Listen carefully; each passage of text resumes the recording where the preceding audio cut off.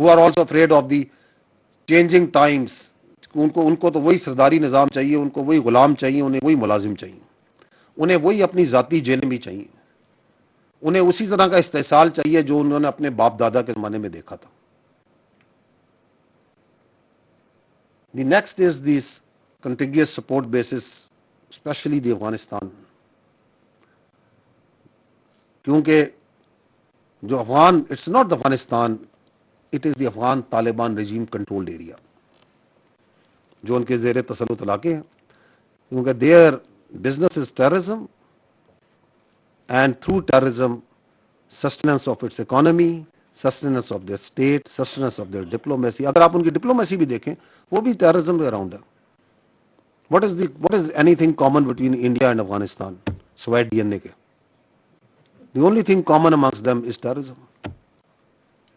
تو ان کی ڈپلومیسی بھی اسی پہ قائم ہے. اس لیے آپ دیکھیں کہ what is common between فتنہ الہندوستان and فتنہ الخوارج؟ Nothing. ایک اپنے آپ کو سیکولر ہے, ایک نیشنلسٹ ہے, دوسرا جو ہے ہارڈ کور ریلیجس اپنے آپ کو ایکسٹریمسٹ ہے. لیکن چونکہ اندر افغانستان تو دونوں بیٹھ کے ابھی کوآرڈینیٹڈ آپریشن بھی کر رہے ہیں.